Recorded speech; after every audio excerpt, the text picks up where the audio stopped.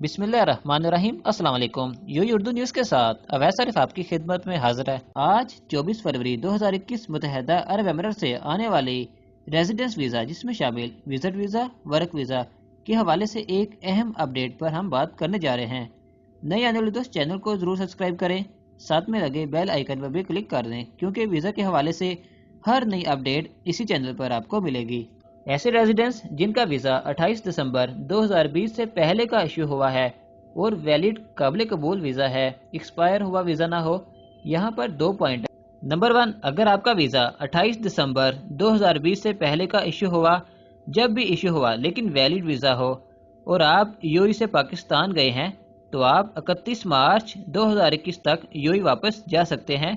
अगर आपका वीज़ा 28 दिसंबर 2020 से 31 मार्च 2021 के कहीं दरमियान एक्सपायर भी हो जाता है तो कोई इशू नहीं, आप 31 मार्च 2021 तक वापस जा सकते हैं।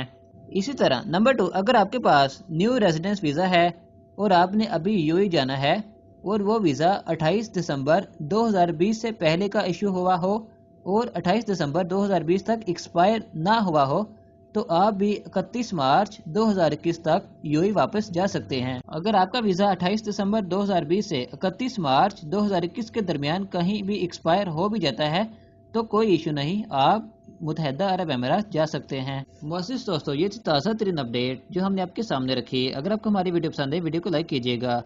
नए आने वाले दोस्त चैनल को भी सब्सक्राइब करें। मिलेंगे नेक्स्ट वीडियो में, तब तक के लिए अल्लाह हाफिज़। अस्सलाम वालेकुम।